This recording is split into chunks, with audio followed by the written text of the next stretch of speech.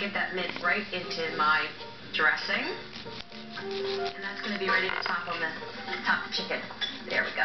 Now I've got another dressing, because we're talking about stellar side salads, right? So I'm going to show you how to do this wonderful dressing in this bowl for an apple parsley salad. Super refreshing.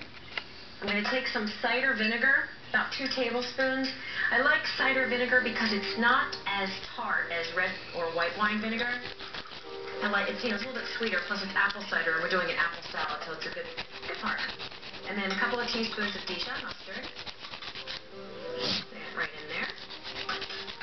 I'm going to grab my salt and pepper from down here. Not just my pepper, I've got salt in here already.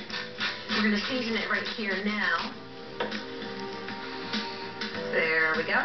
Give that a whisk, and now the Dijon is going to hold the olive oil. It's going to help the olive oil cling to the cider vinegar by making an emulsion. So we'll just put it right in now and whisk it. You don't need a lot, because we're just putting in apples and parsley. Great, that's good to go. So I'm going to start slicing up some apples and get them right in here, and then we'll get some parsley in there too. So the easiest way to slice an apple for a salad, and the fastest way, since this is quick fix, is to cut the cheeks off the core and then slice the sides just into slices like this. We'll get a nice little pile, and then we'll get them right into the dressing.